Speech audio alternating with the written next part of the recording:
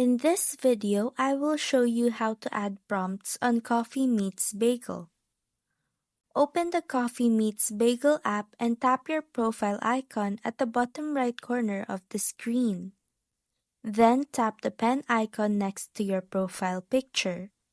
You can either tap Edit at the top right corner or just scroll down until you see prompts.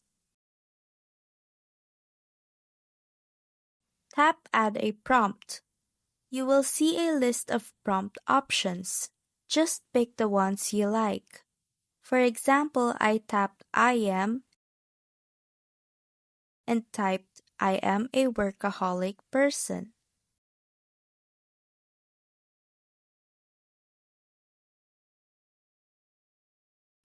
Then I picked zodiac sign, MBTI, or Enneagram and answered that one too. You can keep selecting and answering as many as you want. It's a great way to show more personality on your profile. And once you're done, tap Save or Done and your prompts will show right up on your profile. And that's how you add prompts on Coffee Meets Bagel.